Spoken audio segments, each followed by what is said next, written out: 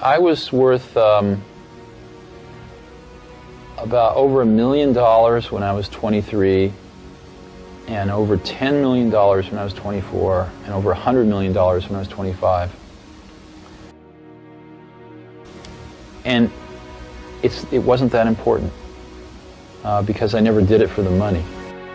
Especially at that point in my life, it was not the most important thing. The most important thing was the company, the people, the products we were making, what we were going to enable people to do with these products. What had been the focus of my entire adult life was gone, and it was devastating. I didn't see it then, but it turned out that getting fired from Apple was the best thing that could have ever happened to me. The penalty for failure for going and trying to start a company in this valley is non-existent. There really isn't a penalty for failure either psychologically or economically, in the sense that if you have a good idea and you go out to start your own company, even if you fail, you're generally considered worth more to the company you left because you've gained all this valuable experience in many disciplines.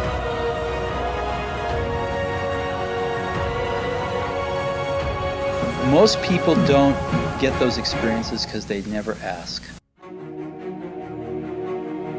People say you have to have a lot of passion for what you're doing, and it's totally true. And the reason is because it's so hard that if you don't, any rational person would give up.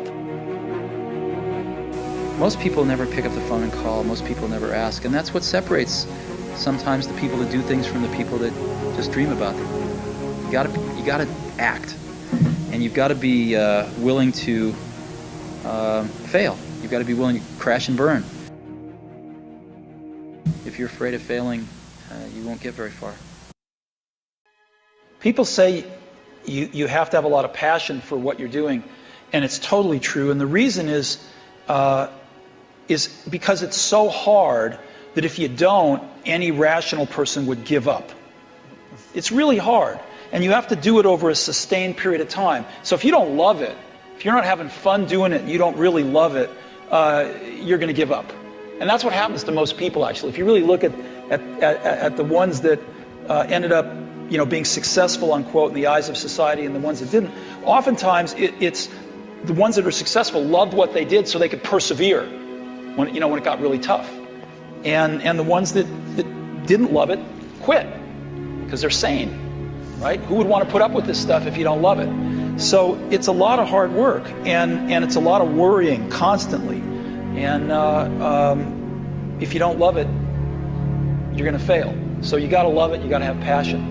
And I think that's the high order bit. The second thing is you've got to be a really good talent scout, because no matter how smart you are, you need a team of great people, and you've got to figure out how to size people up fairly quickly, make decisions without knowing people too well, and hire them, and see how you do, and refine your intuition, and be able to help build an organization that can eventually just build itself, because you need great people around you.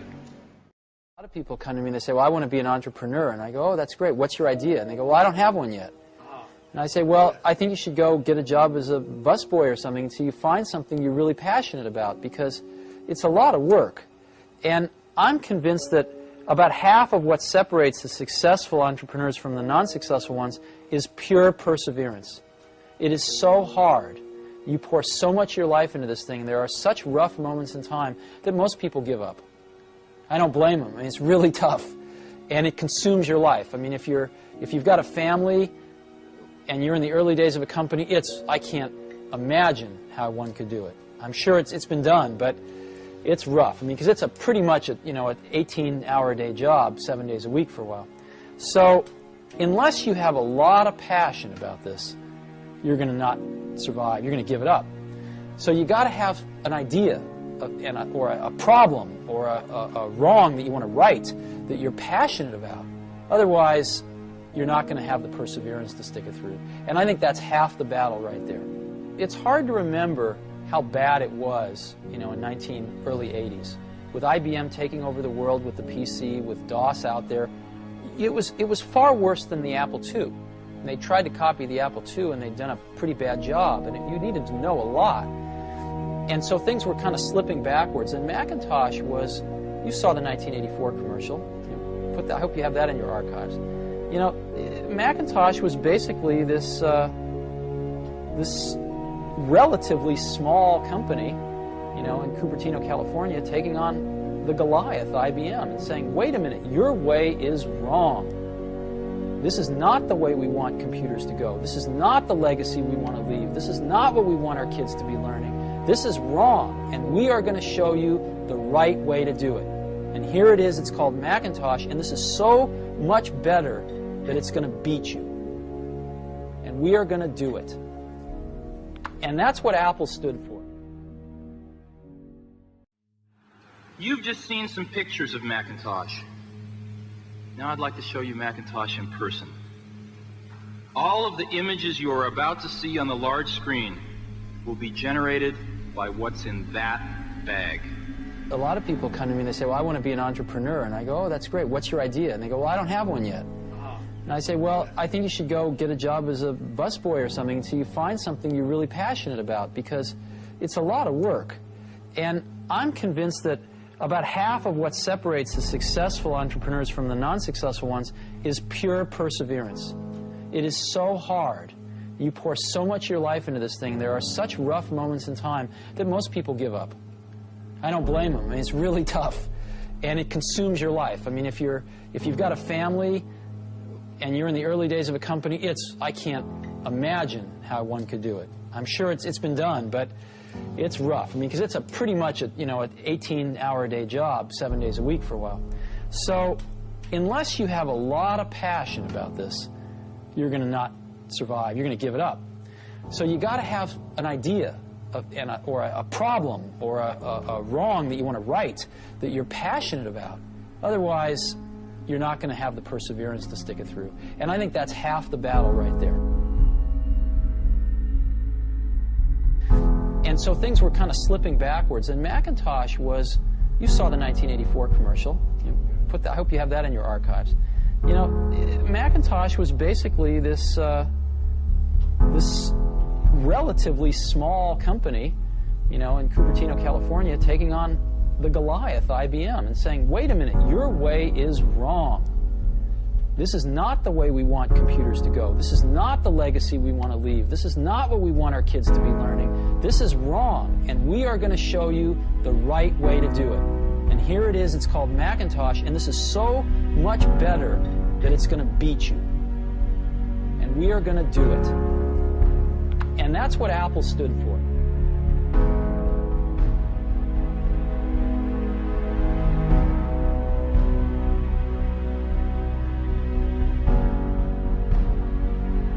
There's a lot of forces in life that tend to funnel us down into this institutionalized path, and where people, where people sometimes forget that that they're very unique, and that they have very unique feelings and perspectives.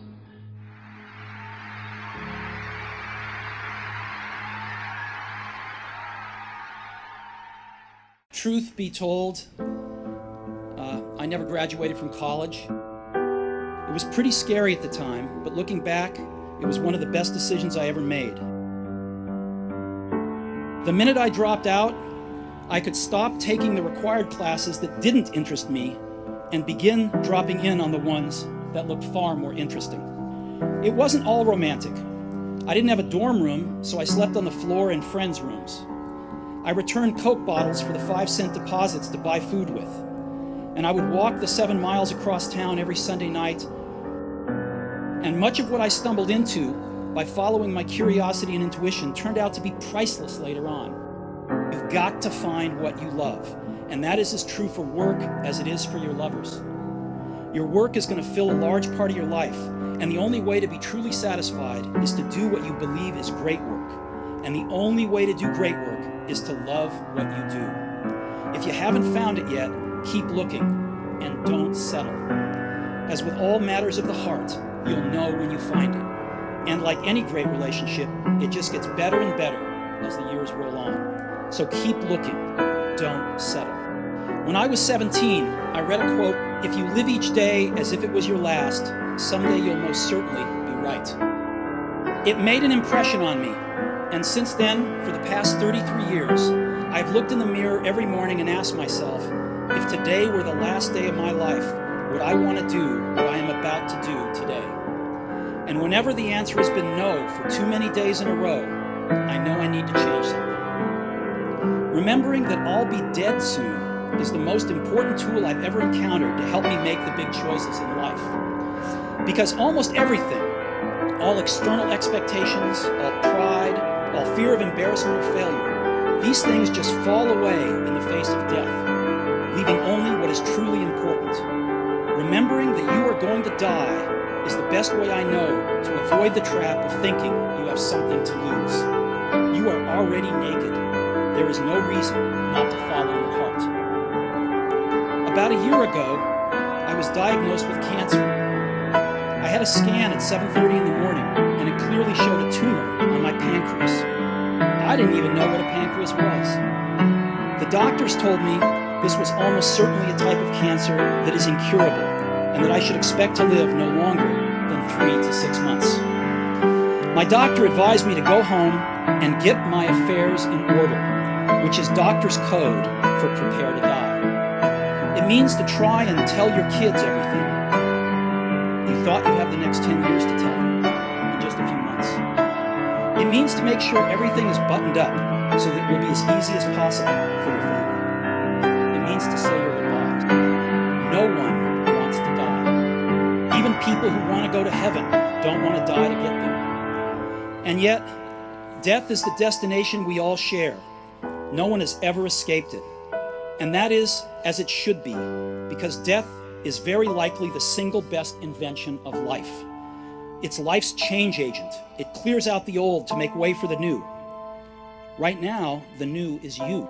Your time is limited, so don't waste it living someone else's life. Don't be trapped by dogma, which is living with the results of other people's thinking. Don't let the noise of others' opinions drown out your own inner voice.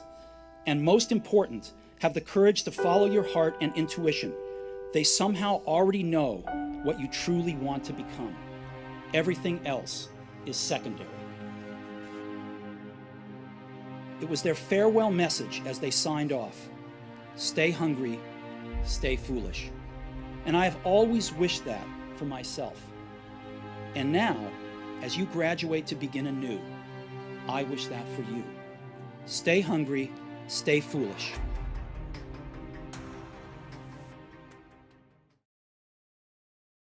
My entire life's been spent only in one industry, which is this one. And but I've been in it now for about 15 years, and I've seen a lot of people make a lot of things. I've seen a lot of people fail a lot of things. And my point of view on this, or my observation, is that the doers are the major thinkers.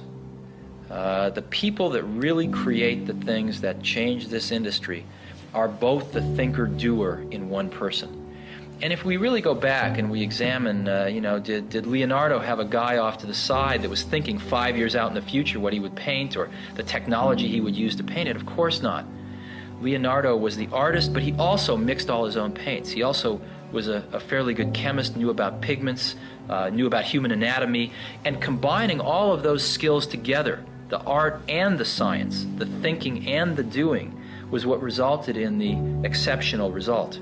And there is no difference in our industry. The people that have really made the contributions have been the thinkers and the doers. A lot of people, of course, it's very easy to take credit for the thinking. The doing is more concrete, but it's very easy for somebody to say, oh, I thought of this 3 years ago. But usually when you dig a little deeper, you find that the people that really did it were also the people that really worked through the hard intellectual problems as well. We try to hire really smart people, but we have a very simple organization, and we try to focus and do very few things well. And focusing's hard because focusing doesn't mean saying yes, it means saying no.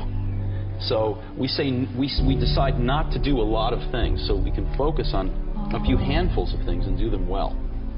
And I think you know, everybody working at a company wants to do something great. They want to be excited about what they're working on, and they want to be recognized for it if they do a really great job. So we just try to allow people to do the best work of their lives at Apple and get it out to 25 million customers that we have. And that's very exciting. And when you're working on something, and you know, if this works out, up to 25 million people are going to use this. It's very motivating. You know? And it's not just 25 million of our customers, but other companies tend to follow us. You know, it takes them a few years, but other companies tend to copy what we do if it works. And so we can influence the whole industry.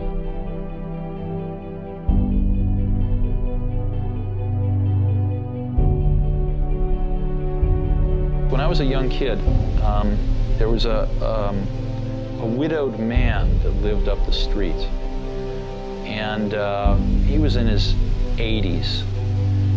He's a little scary looking, and I got to know him a little bit. I think he might have paid me to mow his lawn or something. And one day he said, "Come on into my garage, I want to show you something." And he pulled out this dusty old rock tumbler. And it was a motor and a coffee can and a little, you know, band between them. And he said, "Come on with me." We went out to the back and we got just some rocks, some regular old ugly rocks. And we put them in the can with a little bit of liquid and a little bit of grit powder. And we closed the can up, and he turned this motor on. He said, "Come back tomorrow." And his can was making a racket as the stones went around. And I came back the next day, and we opened the can, and we took out these amazingly beautiful polished rocks. The same common stones that had gone in through rubbing against each other like this, creating a little bit of friction, creating a little bit of noise, had come out these beautiful polished rocks. And that's always been, in my mind, my metaphor for a team working really hard on something they're passionate about, is that it's through the team, through that group of incredibly talented people, bumping up against each other, having arguments, having fights sometimes, making some noise, and working together, they polish each other. And they polish the ideas, and what comes out are these really beautiful stones. Yeah. So it's hard to explain, and it's certainly not the result of one person. I mean, people like symbols, so I'm the symbol of certain things, but it really was a team effort on the Mac. One of the things that really hurt Apple was after I left, John Sculley got a very serious disease. And that disease, I've seen other people get it too. It's the disease of thinking that a really great idea is 90% of the work. And that if you just tell all these other people, you know, here's this great idea, then of course they can go off and make it happen. And the problem with that is that there's just a tremendous amount of craftsmanship in between a great idea and a great product. And as you evolve that great idea, it changes and grows. It never comes out like it starts, because you learn a lot more as you get into the subtleties of it. And you also find there's tremendous trade-offs that you have to make. I mean, you know, there are just certain things you can't make electrons do. There are certain things you can't make plastic do or glass do. And as you get into, or factories do, or robots do. And as you get into all these things, designing a product is keeping 5,000 things in your brain, these concepts, and fitting them all together in kind of continuing to push to fit them together in new and different ways to get what you want. And every day you discover something new that is a new problem or a new opportunity to fit these things together a little differently. And it's that process that is the magic. There needs to be someone who is sort of the keeper and reiterator of the vision. Because there's just a ton of work to do. And a lot of times, you know, when you have to walk 1,000 miles and you take the first step, it looks like a long ways. And it really helps if there's someone there saying, well, we're one step closer. You know, the goal definitely exists. It's not just a mirage out there. So in 1,001 little and sometimes larger ways, the vision needs to be reiterated. I do that a lot. work itself out. A lot of people come to me and they say, well, I want to be an entrepreneur. And I go, oh, that's great. What's your idea? And they go, well, I don't have one yet. And I say, well, I think you should go get a job as a busboy or something until you find something you're really passionate about, because it's a lot of work. And I'm convinced that about half of what separates the successful entrepreneurs from the non-successful ones is pure perseverance. It is so hard. You pour so much of your life into this thing. There are such rough moments in time that most people give up. I don't blame them. I mean, it's really tough, and it consumes your life. I mean, if you've got a family and you're in the early days of a company, I can't imagine how one could do it. I'm sure it's been done, but it's rough. I mean, because it's pretty much an 18-hour-a-day job, 7 days a week for a while. So unless you have a lot of passion about this, you're going to not survive. You're going to give it up. So you got to have an idea or a problem or a wrong that you want to right that you're passionate about. Otherwise, you're not going to have the perseverance to stick it through. And I think that's half the battle right there. Now that's why you need to do it young. Now that's why we started Apple. We said, we have absolutely nothing to lose. I was 20 years old at the time. Woz was 24 or 5. So we have nothing to lose. I mean, we have no families, no children, no houses. Woz had an old car. I had a Volkswagen van. I mean, all we were going to lose is our cars and the shirts off our back. We had nothing to lose, and we had everything to gain. And we figured, even if we crash and burn and lose everything, the experience will have been worth 10 times the cost. So what did we have to lose? There was no risk. And that's, I think that's a very healthy way to look at it. Some people say, well, you could have gone to college and been a lawyer. Well, you're right, but you can go to college and be a lawyer when you're 25. And there's nothing that stops you from doing that. The only thing you really have in your life is time. And if you invest that time in yourself to have great experiences that are going to enrich you, then you can't possibly lose. So I always advise people, don't wait. Do something when you're young, when you have nothing to lose, and keep that in mind. And I think that's the best way. Not that people can't start companies when they're 50. I've seen that. Very successful companies. But it's a lot easier when you're young and have nothing to lose and don't have the responsibilities to other people that you will acquire later on in your life. It's hard to remember how bad it was, in early 80s, with IBM taking over the world with the PC, with DOS out there. It was far worse than the Apple II. And they tried to copy the Apple II, and they'd done a pretty bad job, and you needed to know a lot. And so things were kind of slipping backwards. And Macintosh was, you saw the 1984 commercial. I hope you have that in your archives. Macintosh was basically this relatively small company, in Cupertino, California, taking on the Goliath, IBM, and saying, wait a minute, your way is wrong. This is not the way we want computers to go. This is not the legacy we want to leave. This is not what we want our kids to be learning. This is wrong, and we are going to show you the right way to do it. And here it is. It's called Macintosh, and this is so much better that it's going to beat you. And we are going to do it. And that's what Apple stood for. Things are packages of emphasis. Some things are emphasized in a product, some things are not done as well in a product, some things are chosen not to be done at all in a product. And so different people make different choices. And if the market tells us we're making the wrong choices, we listen to the market. We're just people running this company. We're trying to make great products for people. And so we have at least the courage of our convictions to say, we don't think this is part of what makes a great product. We're going to leave it out. Some people are going to not like that. They're going to call us names. It's not going to be in certain companies' vested interests that we do that, but we're going to take the heat because we want to make the best product in the world for customers. And we're going to instead focus our energy on these technologies, which we think are in their ascendancy and we think are going to be the right technologies for customers. And you know what? They're paying us to make those choices. That's what a lot of customers pay us to do, is to try to make the best products we can. And if we succeed, they'll buy them. And if we don't, they won't. I didn't know how to explain it then, but I've thought a lot about it since.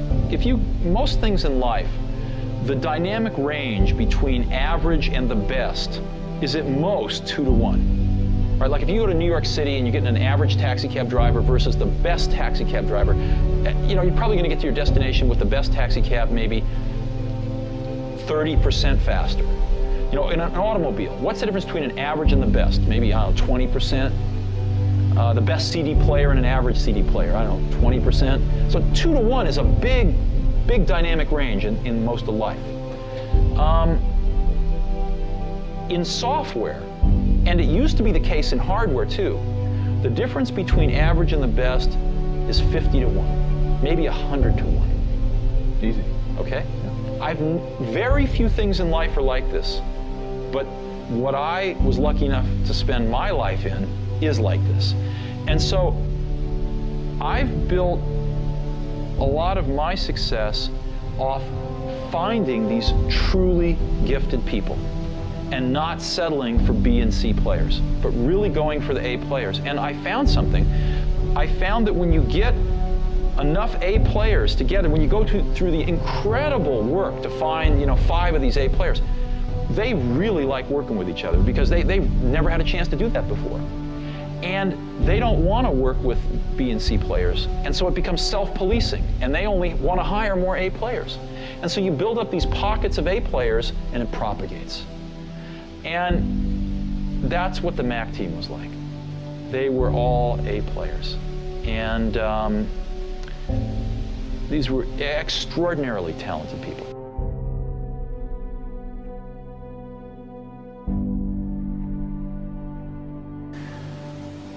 When we were building our Apple I's in the garage, we knew exactly what they cost. When we got into a factory in the Apple II days, the accounting had this notion of a standard cost, where you'd kind of set a standard cost and then at the end of a quarter you'd adjust it with a variance. And I kept asking, well, why do we do this? And the answer was, well, that's just the way it's done. And after about 6 months of digging into this, what I realized was the reason you do it is because you don't really have good enough controls to know how much it costs. So you guess, and then you fix your guess at the end of the quarter. And the reason you don't know how much it costs is because your information systems aren't good enough. So, but nobody said it that way. And so later on, when we designed this automated factory for Macintosh, we were able to get rid of a lot of these antiquated concepts and know exactly what something cost to the second. So in business, a lot of things are, I call it folklore. They're done because they were done yesterday and the day before. And so what that means is if you're willing to sort of ask a lot of questions and think about things and work really hard, you can learn business pretty fast. It's not the hard. It's not rocket science. It's not rocket science, no.